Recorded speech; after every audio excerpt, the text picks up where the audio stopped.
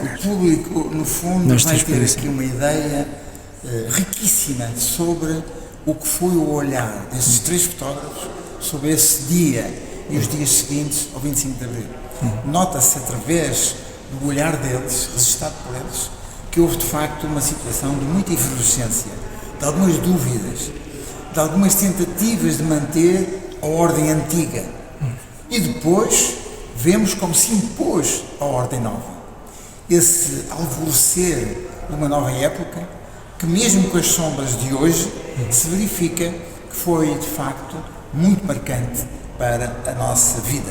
Há aqui momentos que se notam que foram singulares e que os três repórteres conseguiram efetivamente introduzir na sua máquina, no seu olhar. Trata-se de uma exposição única, com uma grande singularidade. Que eu saiba, são as fotografias, melhores fotografias, que conseguiram ser a narrativa, que mostram no fundo a narrativa do 25 de Abril aqui no Porto, na zona do Porto. Não é? Os três fotógrafos eram fotógrafos que trabalhavam no Porto, dois deles já eram profissionais, o Pereira de Sousa e o Ricardo Pereira. O Bruno Neves nasce como fotógrafo, como repórter fotográfico, exatamente com o 25 de Abril. Foi o alvorecer desse dia que fez com que ele pegasse na máquina da loja do pai e nunca mais a abandonasse. Portanto, é uma história também do ponto de vista da individualidade dos fotógrafos, também muito rica. Portanto, isso foi de facto um dia e uns dias extraordinários para a nossa história, a nossa vivência, e nesse sentido esta exposição é um hino ao próprio 25 de Abril. É uma exposição emblemática que mostra ainda as resistências, os medos, os receios. Será que sim, será que não?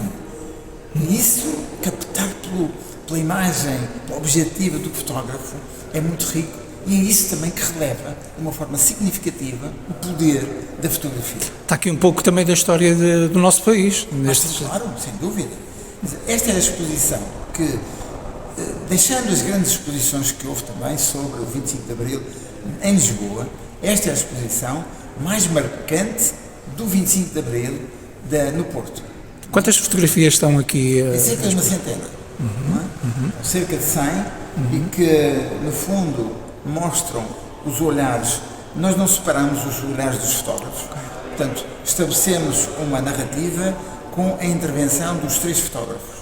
Portanto, não há uma separação, portanto, não há fotografias individuais, não há setores individuais, e ela, no fundo, acaba por, através desse olhar tríptico, mostrar a riqueza das transformações que se foram verificando nesses dias, quer no 25 de Abril, no próprio dia, manhã e tarde, quer depois, nos dias seguintes, até alguns meses a seguir, porque a exposição termina exatamente com determinadas grandes figuras a visitar o aeroporto. Foi difícil fazer uma seleção das fotografias? Sim, foi muito difícil, porquê? Porque há muitas outras fotografias que ficaram de fora.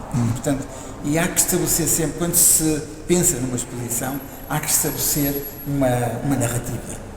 E essa narrativa obriga a que se selecione algumas fotografias que até podem não ser tão boas como objeto fotográfico, mas que são únicas do ponto de vista daquilo que elas têm dentro de si.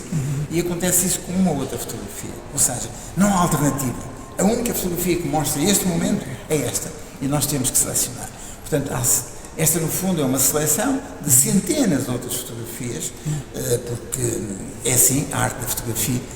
A arte da fotografia não é o resultante de um clique apenas. São muitos cliques que depois redundam naquele clique especial que é capaz de transmitir uma determinada emoção, uma determinada singularidade, uma determinada forma de sentir a própria realidade. E é isso que aqui está nessa exposição. É uma exposição que vale a pena ser vista, não só por descrever, contar a história do que foi o 25 de Abril e os dias seguintes, como também para perceber da força que tem a fotografia. Ok. Muito obrigado.